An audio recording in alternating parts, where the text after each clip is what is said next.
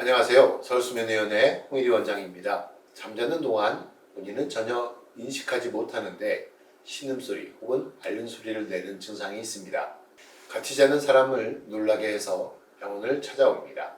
수면다운 검사를 하면 정상적인 수면호흡장애 지수가 나타나는 경우가 대부분입니다.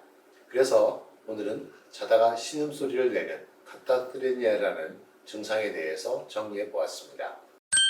자다가 소리를 내는 질환에는 어떤 것들이 있나요? 야간 발성은 수면 중에 발생하는 비정상적인 소리를 통칭하는 포괄적인 개념입니다.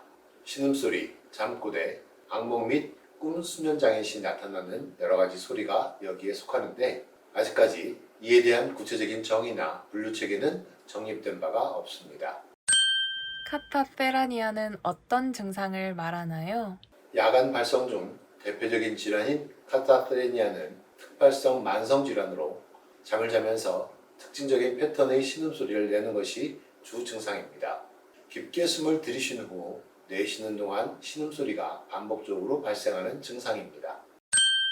수면다원 검사 소견은 어떠한가요? 오디오, 비디오를 통한 소리의 기록이 중요합니다. 소리는 코골이 센서에서 감지되지 않고 들숨이 아닌 날숨에 주로 발생하여 코골이나 협착음과도 구별할 수 있습니다. 렘 수면에서 중추성 무호흡증이 관찰되는지 확인하는 것도 중요합니다.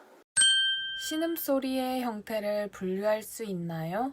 2015년 아리아르트 등은 카타스레니아로 보고된 증례를 소리의 특징, 환자의 인적 자료, 주로 나타나는 수면 단계, 동반 증상, 양압기 치료에 대한 반응 등을 비교하여 두 가지 유형으로 나누었습니다. 첫 번째 유형은 소리의 기간이 길고 렘 수면에서 주로 관찰되며 중추성 무호흡과 연관이 있고 양압기 치료에 반응이 없는 특징을 가지고 있었습니다.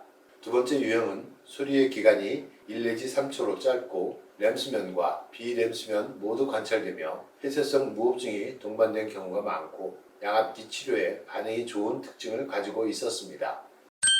카타세라니아는 수면장애인가요? 수면장애를 분류하는 기준인 ICSD-3에서는 대분류로 사건 수면이 아닌 수면호흡장애 항목으로 분류하였지만 세부 분류에서는 코골이와 함께 정상 범위의 변형으로 분류하고 있습니다.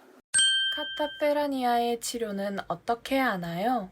남에게 사회적으로 피해를 주지 않는 한 적극적인 치료를 하지는 않습니다. 카타스레니아는 병인이 알려져 있지 않아 치료 방법이 명확하지 않지만 클로나제팜과 같은 약물 치료 또는 양압기 사용으로 치료를 해보면 조절이 되는 경우가 많이 있습니다.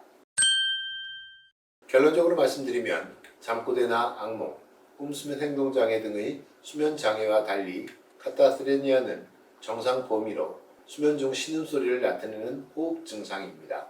수면 다운 검사를 통해 정확한 진단을 내려 치료 여부를 결정하는 것이 중요합니다.